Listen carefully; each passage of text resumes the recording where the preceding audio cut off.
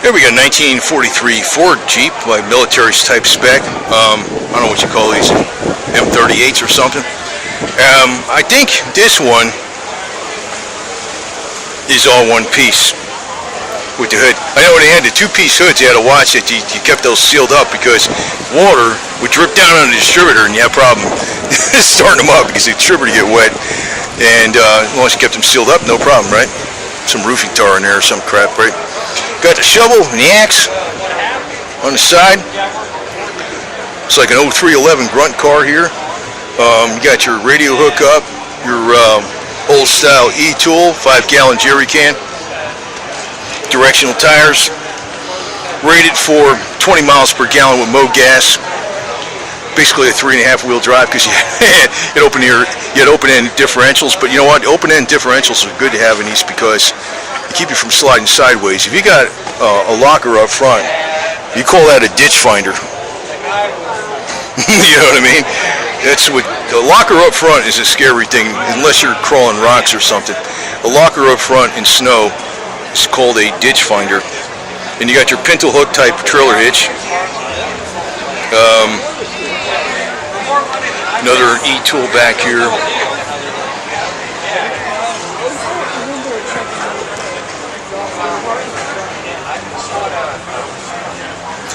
I'm not sure what you got back here, all this stuff is, man. I probably got some of this back in my home, too. This looks familiar. What the hell is that? A mess kit, maybe?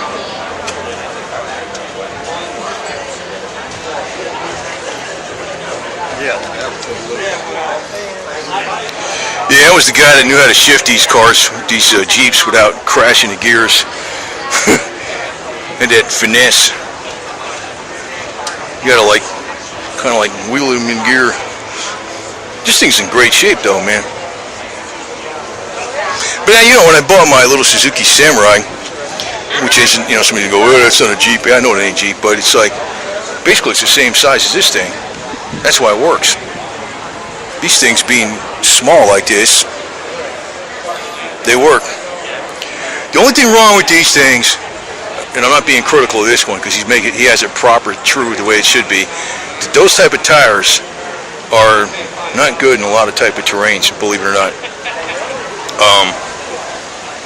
If you put some different tires on here, a little wider, don't have to be that wide, but just better meets.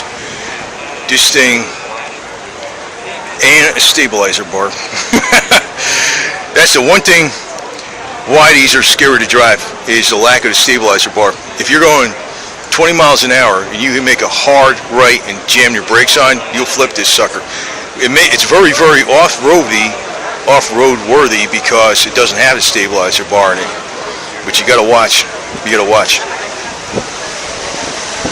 Not being critical, I mean, everything's got a plus and minus, you see what I'm saying? If you make it off-road worthy, it's not going to be on-road worthy that much either. But the best thing you can do is the tires. I like the way these tires look, and he's got them all proper the way they should be. He's got this restored exactly correct. You'd be scared driving around them tires, man, especially in the rain. You know how I know? Because we used to ride around. I was around before the Humvees came into play.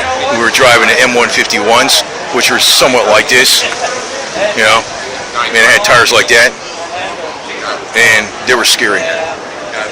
You got in the rain, man, you were like, it was white knuckle driving, man.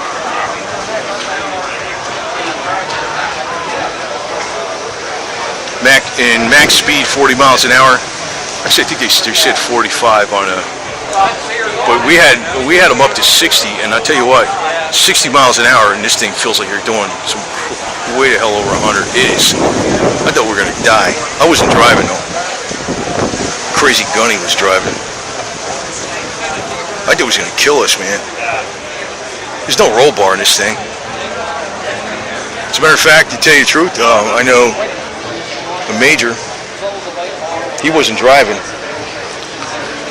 He got cut off in traffic, and him and the driver both died. The thing flipped over at 20 miles an hour.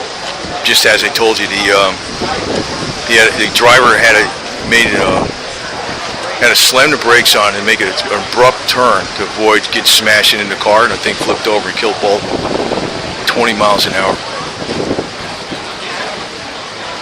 So, but you know what avoids that is the tires. You know, all you do with this thing, tires and the sway bar. The tires ain't going to take away from the off-road ability, actually improve it. The sway bar, you have a quick disconnect sway bar. You know, you can off-road and on-road, you know. But I like these things, man. They're simple. You know, Suzuki actually made, they got the right dimensions, the wheelbase and the width, but they made something about this body style with the flat fender, a little thicker metal, or maybe made of aluminum or something. Boy, they would have had a winner. I don't give a crap if it says Suzuki or not. Yeah, I like these things.